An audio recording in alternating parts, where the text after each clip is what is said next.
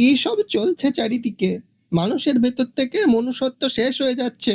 ঘোর কলিযুগ দাদা, নাহলে ওরকম করে কেউ কাউকে মারতে পারে কি দাদা? আসলে এই প্রবৃত্তিটা মানুষের শুরু হচ্ছে স্বার্থপরতা থেকে। হ্যাঁ, মানুষ এখন খুব স্বার্থপর হয়ে গেছে, দেখুন চারিদিকে।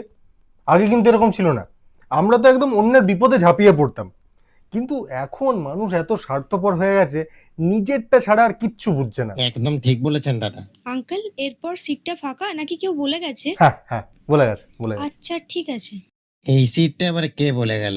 কেউ না। তাহলে বললেন যে? হ্যাঁ হ্যাঁ, মানে এই মাথার গোড়াতে দাঁড়িয়ে থাকবে না, আমি খেতে পারি না, এই মাথার উপর দাঁড়িয়ে আছে, কন্টিনিউ তাকাচ্ছে, খেতে পারি না।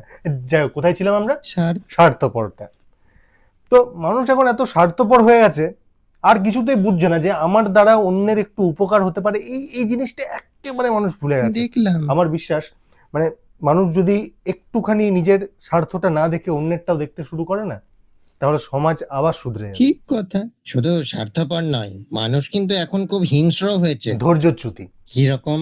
দেখুন, সৃষ্টিকর্তা মানুষকে বানিয়েছিল হুম, এবং তারপরে যে গুণটা সব থেকে বেশি দিয়েছিল সেটা হচ্ছে ধৈর্য। মানে অন্যান্য প্রাণীদের থেকে মানুষের ধৈর্য কিন্তু সব থেকে বেশি। হ্যাঁ, কিন্তু এখন দেখুন, একটুতেই মানুষ ধৈর্য হারা। একটু একটু সামান্য ছোট্ট ছোট্ট কারণে মানুষ ধৈর্য হারা।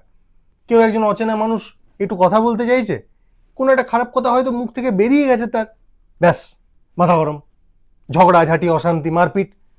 কেউ বাইক নিয়ে রাস্তায় আমরা যাচ্ছি, কেউ আমার বাইকটা একটু ক্রস করে এগোলো, ব্যাস পাই করে মাথাটা গরম হয়ে গেল, এবার আমাকে ওকে ওভারটেক করতে হবে। একটু সামান্য ছোট ছোট কারণে একটু ধৈর্য ধরতে পারছে না মানুষ। কাকু মাংস দেবো? হ্যাঁ দাও দাও। এই এই শোনো শোনো শোনো, এই বলুন। এটা কি দিলে? কেন? এগুলো কি মাংস? এটা হাড় দিয়েছে তো। হাড় কি করবো আমি? চুষবো বসে বসে? এই তোমার কি আমাকে দেখে কুকুর মনে হচ্ছে? হ্যাঁ, কুকুর আমি হাড় চুষবো বসে বসে?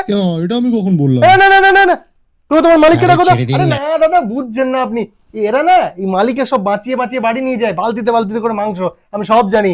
এই তোমার মালিককে ডাকো। আরে ও তো চিল্লাবার কি আছে, আপনি ধৈর্য ধরে আর শুনুন না আমার কথাটা। কি? আপনাকে আমি অন্য দিয়ে দিচ্ছি, তো তার মানে আরো 3 পিস দিয়ে দিচ্ছি। কি?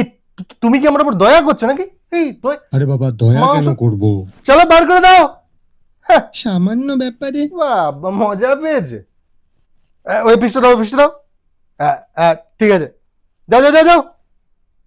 হ্যাঁ, মজা একদম, যাকে তাকে পেয়েছে, জানে না। কিন্তু কোথায় ছিলাম আমরা? ধৈর্য। ধৈর্য। মানুষের এখন একদম ধৈর্য নেই।